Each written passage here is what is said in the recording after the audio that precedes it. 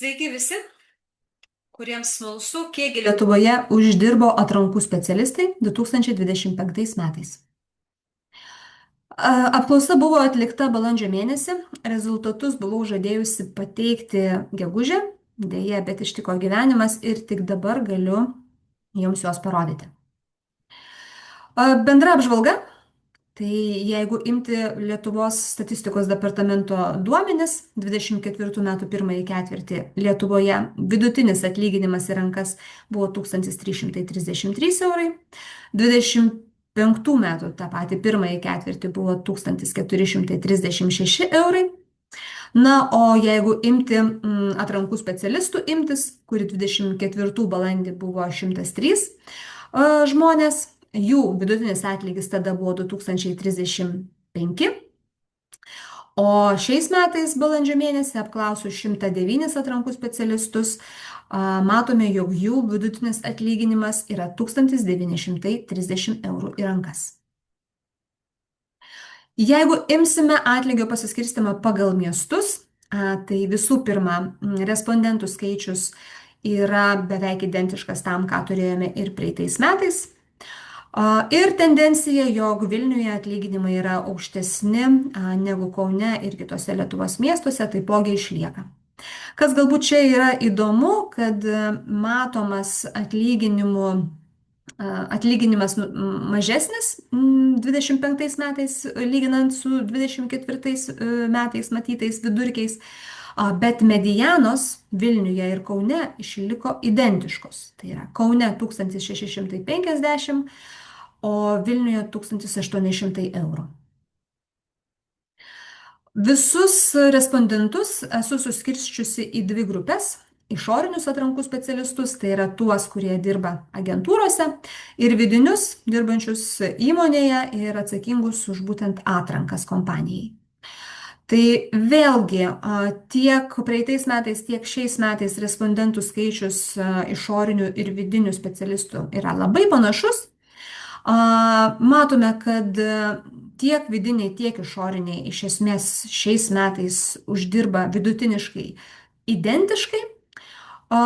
Tik tais matome, kad praeitais metais išoriniai atrankų specialistai uždirbo gerokai daugiau negu vidiniai atrankų specialistai, tai šiais metais šio skirtumo nebeliko.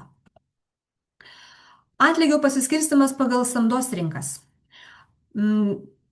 Dalyvavę specialistai apklausoje samdo iš tikrųjų labai įvairiose rinkose, bet didžioji dalis tų, kurie dalyvavo apklausoje ir pildė ją, samdo Lietuvoje. Iš tai šią grupę sukrito 70 visų respondentų. Ir matome, kad čia tendencija yra, jog atlyginimas nurodytas šiais metais respondentų yra mažesnis negu respondentų nurodytas atlygis 24 metais. Dar kas yra svarbu, kad iš tikrųjų Baltijos šalise ir pasaulyje respondentų imtis yra labai mažos, mažiau negu 10 žmonių, tiek šiais metais, tiek praeitais metais, tai aš tų skirtumų ir tokių didelių skaičių nesureikšminčiau. Atlygio pasiskirstimas pagal išdirbtą laiką personalo atrankų srityje. Taip, visų pirma, tai grupėje iki 1 metų, tai yra tų specialistų, kurie ką tik pradėjo savo karjerą atrankose, yra labai mažai, yra realiai mažiau negu 5 žmonės. Bet žvelgiant bendriau, tai matom tendenciją, kad jaunų specialistų, tų, kurie rinkoje yra iki 3 metų, atlyginimai 25 metais yra šiek tiek aukštesni negu kad buvo 24 metais. O tų specialistų, kurie rinkoje jau yra daugiau negu 3 metus, atlyginimai nurodyti šiais metais buvo mažesni negu kad 24 metais. Ypatingai ryškus kritimas yra tų specialistų atlygio, kurie dirba rinkoje daugiau kaip 10 metų. Tai čia yra skirtumas apie 800 eurų, palyginus šiuos 2 metus. Pasiskirstimas pagal rolės lygį. Tai anketoje buvau užsiminusi, kad jeigu kompanija neturi lygių, Tai prašymas tiesiog žmogui pagal jauseną priskirti save kažkuriam iš specialistų lygmens. Tai vėlgi sukrito taip, jog jaunųjų specialistų yra mažiau negu 5 žmonės. Mm, Bet tendencija panaši kaip ir su išdirbtais metais rinkoje, tai jaunieji specialistai ir specialistai šiais metais nurodė uždirbę šiek tiek daugiau negu 24 metais vidutiniškai. Tuo tarpu patyrę specialistai ir vadovai jau nurodė šiais metais uždirbantis mažiau negu kad 24 metais. Aišku, nesureikšminčiau tų tokių skirtumų labai stipriai, ypatingai kurie yra, ten yra keliais šimtais eurų tik tais skirtumas matomas, nes pačios imtis, patys specialistai yra tikrai ne tie patys žmonės, tad sunku vertinti na, tą tendencijos stiprumą. Nors jeigu imti vadovų lygmenį, tai matome, kad šis skirtumas vėlgi jau yra tikrai ganėtinai didelis. Tai gal iš tikrųjų ir atspindi, jog vadovai šiais metais uždirba šiek tiek mažiau bendrai rinkoje, negu kad praeitais metais uždirba. Na ir tokia truputį sudėtingesnė lentelė, ne grafikas, nes tiesiog pastebėjau labai įdomią tendenciją, jog lyginant išorinius ir vidinius specialistus pagal jų užimamos rolės lygį, matome tai, jog praeitais metais išoriniai atrankų specialistai vidutiniškai uždirbo daugiau negu vidiniai atrankų specialistai iki vadovo lygmens.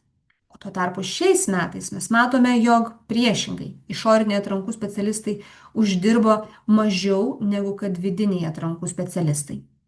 O skirtumas vadovo lygmenyje vėlgi yra kardinaliai priešingas. Tai yra praeitais metais mes matėme, jog vidiniai vadovai, vidiniai atrankų vadovai uždirbo nepalyginamai daugiau negu kad išoriniai vadovaujančias rolės užimantys specialistai. Tuo tarpu šiais metais mes galime matyti, jog išoriniai atrankų vadovai uždirba daugiau negu kad vidiniai. Dabar apie samdos sritis. Tai kaip ir praeitais metais, taip ir šiais metais beveik pusė visų respondentų samdą atlieka informacinių technologijų srityje, sektoriuje. Tai labai didelis ačiū būtent šiems žmonėms, aktyviai dalyvaujantiems ir pildantiems anketą. Nemažesnis ačiū ir visiems kitiems, kurie samdo kitose sritise. Jų buvau išskyrus tikrai nemažai, tad jų čia pasiskirstimas nelabai ryškiai matosi, bet matom, kad tikrai ganėtinai įvairi buvo auditorija. Dabar apie kompanijos dydžius, iš kurių respondentai pildė mano anketą. Tai pasiskirstimas yra ganėtinai tolygus, iš įvairaus dydžio kompanijų buvo respondentų. Mažiausia dalis, turbūt nesiekinti ne 10%, buvo iš mažų kompanijų, kuriuose dirba iki 10 žmonių. Šiais metais taipogi įdėjau papildomą klausimą apie taikomus bonusus. Tai yra, ar atrankų specialistai be bazinio pagrindinio atlyginimo yra ir bonusuojami priklausomai nuo rezultatų darbo. Tai panašu, jog tik ketvirtis apklausoje dalyvavusių specialistų gauna premijas, bonusus. Bet daugiau duomenų čia ir nepateiksiu, nes nutiko taip, jog netgi tie žmonės, kurie pažymėjo, jog negauna bonusų, eilutėje su bonusų suma nurodė, jog yra tam tikra suma gaunama. Todėl nežinojau, kur yra ta tiesa, nusprendžiau todėl su tais duomenimis ir neiti viešai. Jeigu smalsu, tai iš tų, kurie nurodė savo gaunamus bonusus, bonusų suma per metus varijuoja nuo kelių šimtų eurų iki daugiausiai turbūt 3000. Vos keli buvo nurodę, turbūt, kad yra daugiau negu 3000 metinis bonusas. Na ir dar viena papildoma apklausos dalis buvo apie tas papildomas atsakomybės, kurias turi atrankų specialistai kompanijoje, nes buvo man tiesiog pačiai smalsu, ar žmonės be atrankų turi kitų atsakomybių. Ir panašu, kad netgi 2/3 jų turi. Ir čia mes galime matyti, kaip tos skirtingos atsakomybės pasiskirsto tarp respondentų. Reikėtų turėti omenyje, kad dauguma atsakiusiųjų, jog turi papildomų atsakomybių, pasirinko netgi keletą tų atsakomybių papildomų. Pavyzdžiui, personalo administravimas ir darbdavio įvaizdis arba personalo mokymai ir buhalterija. Na, populiariausia matome, jog yra personalo administravimas, personalo mokymai ir darbdavio įvaizdis. Čia yra daugiausiai respondentų pasirinkusių šias atsakomybės.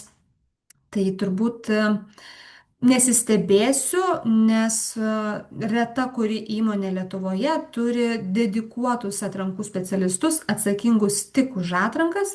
Labai dažnai specialistai darantys atrankas yra ir personalo vadovai arba biuro administratoriai, neturintys tikrai papildomų užduočių.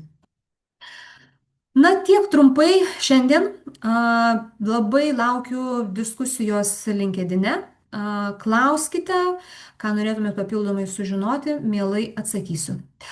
O šiai dienai tiek. Ačiū ir geros vasaros.